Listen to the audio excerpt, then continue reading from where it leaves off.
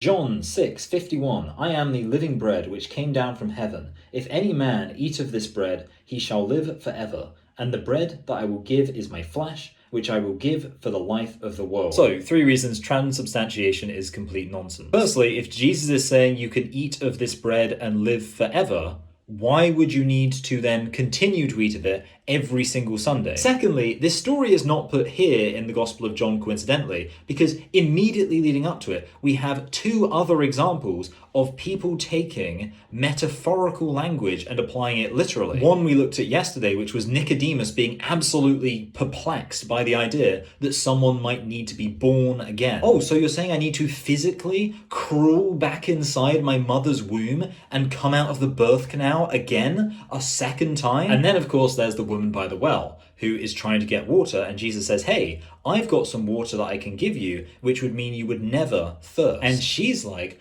oh, that's great. If you give me that water, then I won't have to keep coming to this well to draw water out of that and drink that. She's thinking he's talking about literal water and literally having your thirst quenched. No, he's talking about something spiritual. He's talking about fulfilling the desires of the human heart spiritually forever. So I'm sorry, but if you're reading the Bible sequentially and you've already read those 2 stories, you have no excuse when you get to this point and you hear Jesus talking about how his flesh is bread that people can eat, whereby they can live forever. Oh, Jesus, you're saying that there's special bread that literally becomes your flesh, and I need to eat it so I can live forever. No, that's not what he's saying. He's making a metaphor. This is literally the guy who's constantly speaking in parables. And the third reason, and I've just got to say this, when I read that, I do not for a second think he's being literal. Like, just take everything else off the table.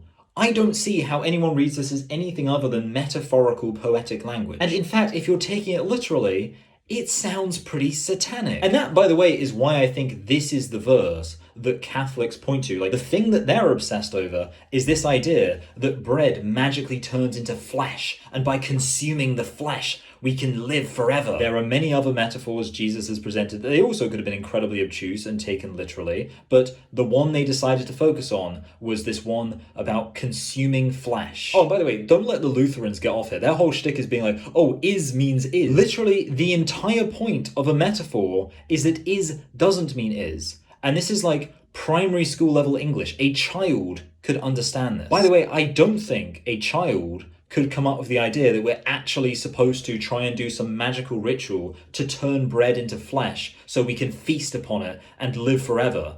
I think that children don't have dark enough hearts to come up with something like that.